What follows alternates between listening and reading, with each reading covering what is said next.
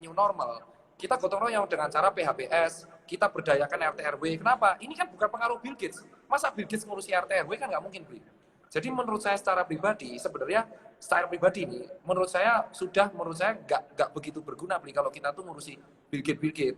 Kenapa? Karena terlalu jauh Bli gapnya, kecuali satu, orang-orang yang emang koneksi langsung dengan WHO.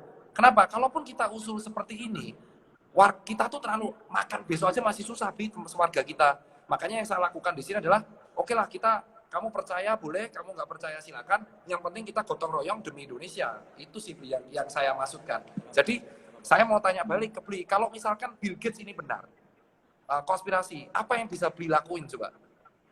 Itu yang saya mau bertanya sekarang. Kenapa?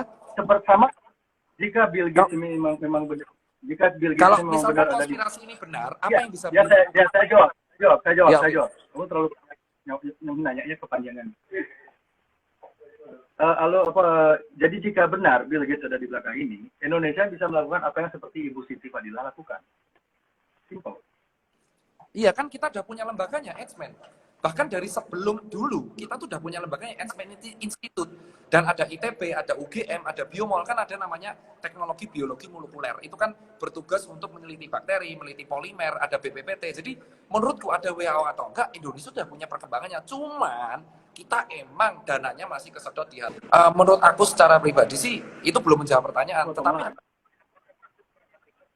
yang tanya adalah, menurut Bli, kalau misalkan Bill Gates emang di belakang konspirasi ini, apa tindakan kita sebagai warga Indonesia? Karena saya kan jujur tidak membahas di situ. Tapi kan saya nggak ahli. Apa yang bisa kita lakukan biar kita bisa meniru langkah parlemen di Italia. Jadi Italia parlemennya sudah terang-terangan untuk menyeret Bill Gates ke Mahkamah Internasional dengan tuduhan kejahatan kemanusiaan. Tapi kan buktinya nggak ada, Bli, bahwa dia menyebarkan virus itu. Itu bisa jadi fitnah, Bli. Kecuali kayak misalkan siapa namanya Nazi gitu kan, Hitler, dia terbukti menggunakan kamar gas untuk membantu orang Yahudi, gitu, dan ada bukti cakar-cakarannya.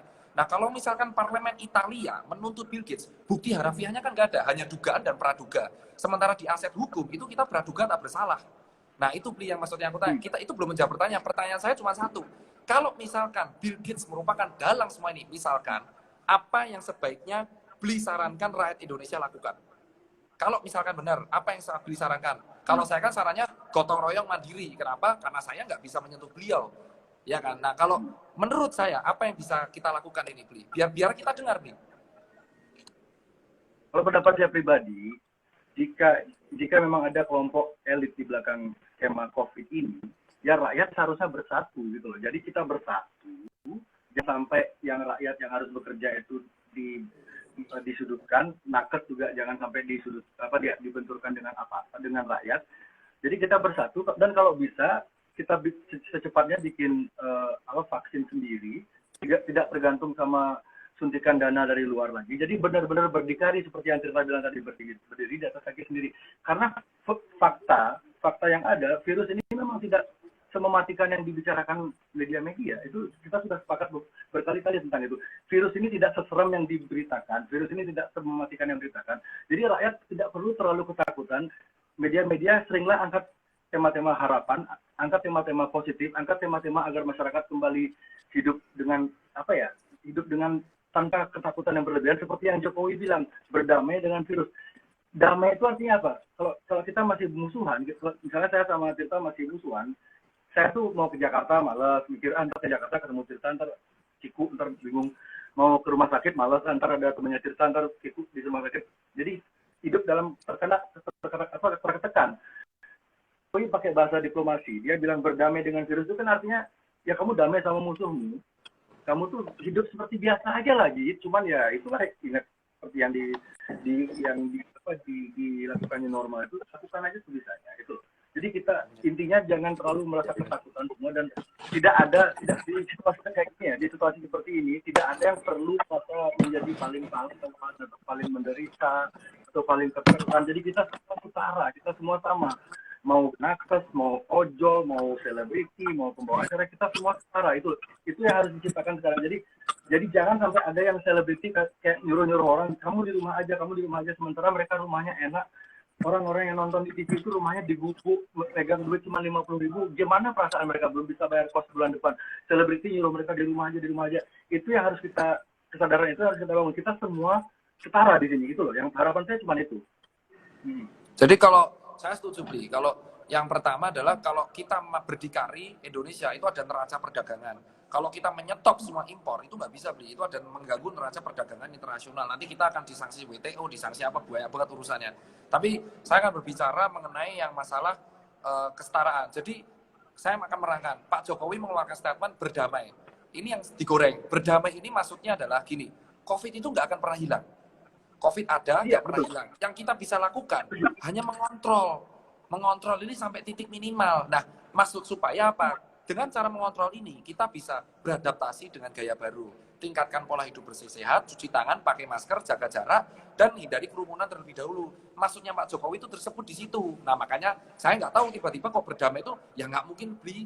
Maksudnya corona di salaman nggak mungkin. Nah, menyangkut teman-teman warga yang bekerja karena kekurangan uang di rumah, setahu saya beli, kan ada kebijakan habis ini orang-orang masih kerja. Ya kan beli karena cari uang. Terus habis ini juga ada kebijakan 4 Juli kalau nggak salah PSBB di Jakarta berakhir. Udah mulai mereka kantor, tapi menerapkan kayak gitu the new normal. Nah, yang kita lakukan sekarang beli, saya setuju dengan beli, sebenarnya kita tuh harus gotong royong antara beli, antara saya, antara teman-teman, antara rakyat itu harus berhenti suzon. Yang kita lawan itu adalah oknum-oknum provokator yang ingin mengadu domba kita. Saya setuju di situ. Kita kan nggak tahu nih provokator ini dikendalikan elit-elit siapa, apakah bergerak. Dan kalau soal vaksin, saya setuju. Kita tuh harus mensupport H-Man. Emang usulnya beli bagus di situ. Yang H-Man. Tapi yang saya nggak setuju tuh adalah yang berteriak soal insentif tadi, kan itu udah dijelaskan yang Wisma Atlet ya. Terus yang soal membodoh-bodohkan, tenaga medis nggak pernah membodoh-bodohkan. Dan yang soal WHO, itu ada beberapa yang kita ikuti juga. Terus yang berikutnya gotong royong, terus yang kita harus mandiri itu benar kalau vaksin, tapi harus proses. Terus yang berikutnya adalah untuk yang konspirasi, menurut saya sudah cukup disudahi beli, karena menurut saya beli penyampaiannya harus lebih jelas gitu loh beli. Si konspirasi ini tuh Ya, nyasarnya kemana? seperti Pak Mahfud. Lebih mengerucut beli. Soalnya kalau beli nyasarnya Bill Gates terus, itu terlalu jauh beli. Orang-orang petani juga nggak peduli Bill Gates. Saya kemarin beli, saya wawancara ke pedagang gorengan di depan sebuah rumah sakit. Saya tanya beli, kamu ngapain pakai masker? Karena saya niru teman saya pakai masker. Kamu tahu nggak COVID apa? Dia nggak tahu. Jadi di sini adalah dia aja boro-boro nggak tahu Bill Gates masker apa, apalagi Bill Gates beli. Jadi menurut saya beli mungkin fokus penjelasannya itu mengerucut beli. Karena penjelasan orang-orang ini, bingung. Gimana beli? penjelasan ini, penjelasannya Mas Tirta tadi tentang dagang bakso ya? Ngerasa dagang. Ya tadi siapa yang Mas marahin dibilang apa? COVID. Di depan dagang. Konspirasi. Ya, dia pakai masker karena dia nggak tahu kan? Dia nggak tahu Dia nggak masker tahu. itu gunanya untuk. Ya. Iya. Jadi ini ada studi menarik ya. Jadi manusia memiliki dua pikiran sadar dan pikiran bawah sadar. Segala macam. Jadi para pakar hipnoterapi seperti Erikson, Boyne, Sabbath, Keynes, Churchill dan lain-lainnya menyatakan bahwa daya pengaruh pikiran sadar dan pikiran bawah sadar dalam mempengaruhi dan mengendalikan individu adalah 10% berbanding 90%. Hal yang sama dinyatakan oleh C.G.D. Mazak pada tahun 2005 bahwa manusia hanya menyadari sekitar 5. Jadi manusia ini sebenarnya hanya menyadari 5% dari aktivitas berpikirnya. Dengan demikian, hampir semua keputusan, tindakan, emosi, dan perilaku seseorang sepenuhnya bergantung pada 95% aktivitas otak yang berlangsung tanpa ia sadari. Jadi sampai ini kan mungkin menjelaskan sedikit kenapa gelandangan, kenapa pengamen, anak-anak pang, ojol itu yang mereka sehari-harinya mereka tuh bertemu banyak orang, berinteraksi dengan banyak orang, tidur di tempat yang nggak bersih, tapi kasus mereka kena COVID itu bisa dibilang sangat rendah. Justru yang banyak kena itu bukan. Ini revisi beli. Ini kurang tepat.